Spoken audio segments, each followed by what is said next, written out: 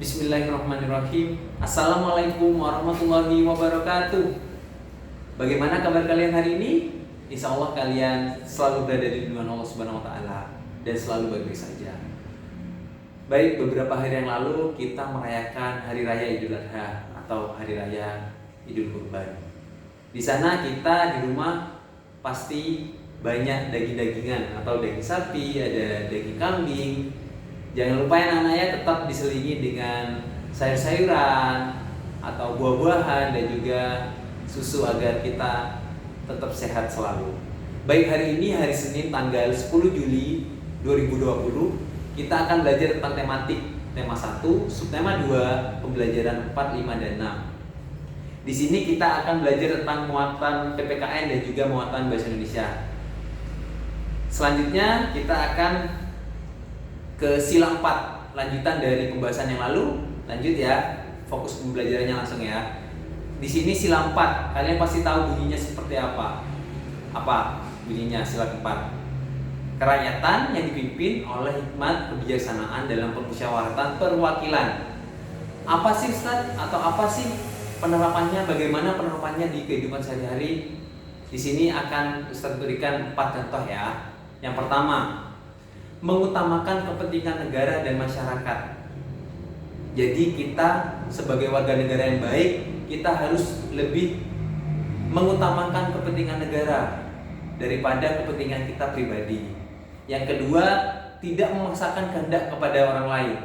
Kita tidak boleh egois. Kita tidak harus memaksakan apa yang kita inginkan harus didengar atau harus diapresiasi oleh atasan atau warga sekitar. Jadi kita harus musyawarah dalam mengambil mufakat itu atau dalam mengambil pendapat itu.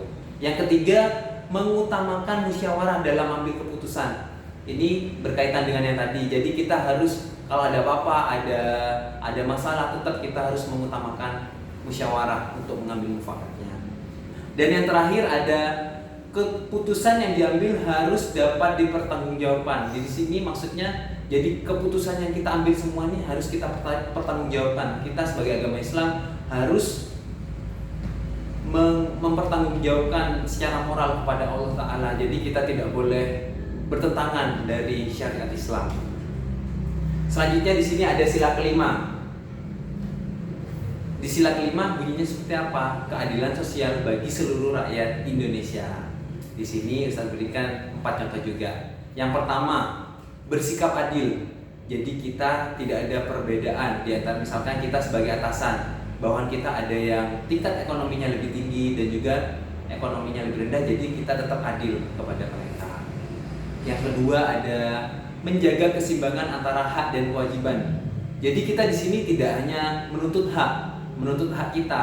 Jadi kewajiban kita sebagai warga negara harus kita jalankan juga, atau di lingkungan atau di masyarakat. Semua hak dan kewajiban harus seimbang. Yang ketiga, menghormati hak orang lain. Jadi kita tetap harus menghormati hak orang lain. Seperti apa hak orang lain itu kita harus tetap menghormati ya. Yang keempat, menghargai hasil karya orang lain. Hasil karya orang lain seperti apa? Misalkan menurut kita hasil karyanya kurang memuaskan, tapi tetap kita harus menghargai sebagai warga yang baik. Baik, itu saja untuk muatan PPKN ya. Sedikit saja, yang penting kalian paham. Lanjut saja ke muatan bahasa Indonesia. Di sini Ustadz akan mengingat atau merefresh kalian. Apa sih kesimpulan teks itu? Bagaimana untuk membuat kesimpulan teks? Ada 3. Yang pertama itu menentukan ide pokok teks. Jadi pertama kalian yang harus lakukan menentukan ide pokoknya. Ide pokok di setiap paragraf, misalnya ada 3 paragraf. Setiap paragraf pertama tentukan ide pokoknya, kedua tentukan ide pokoknya, paragraf ketiga tentukan ide pokoknya. Yang kedua, mencatat kata kunci teks. Jadi kata-kata kuncinya di setiap paragraf itu kalian catat. Kalian catat, kalian pahami. Jadi mencatat kata kunci teks. Yang kedua. Dan yang ketiga, yang terakhir, membuat pernyataan dari ide pokok dan kata kunci. Jadi kalian sudah menentukan ide pokok, lanjut ke kata kunci, membuat yang selanjutnya membuat pernyataan dari keduanya. Jadi dibuat kesimpulan dari keduanya, dimaksimalkan. Maksudnya dalam artian digabungkan, dikombinasi, dibuat kesimpulan dengan kata-kata kalian sendiri.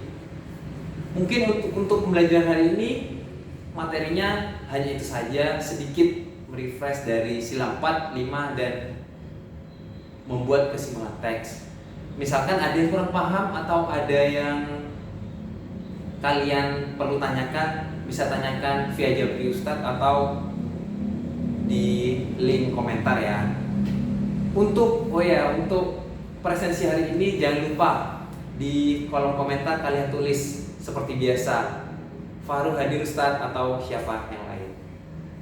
Baik, untuk hari ini untuk tugas nanti Ustadz catat di link deskripsi ya. Jadi link deskripsinya kalian lihat, ada tugas-tugasnya di sana. Mungkin untuk pembelajaran hari ini itu saja. Mohon maaf bila ada tutur kata yang salah dari Ustadz. Selebihnya wassalamualaikum warahmatullahi wabarakatuh.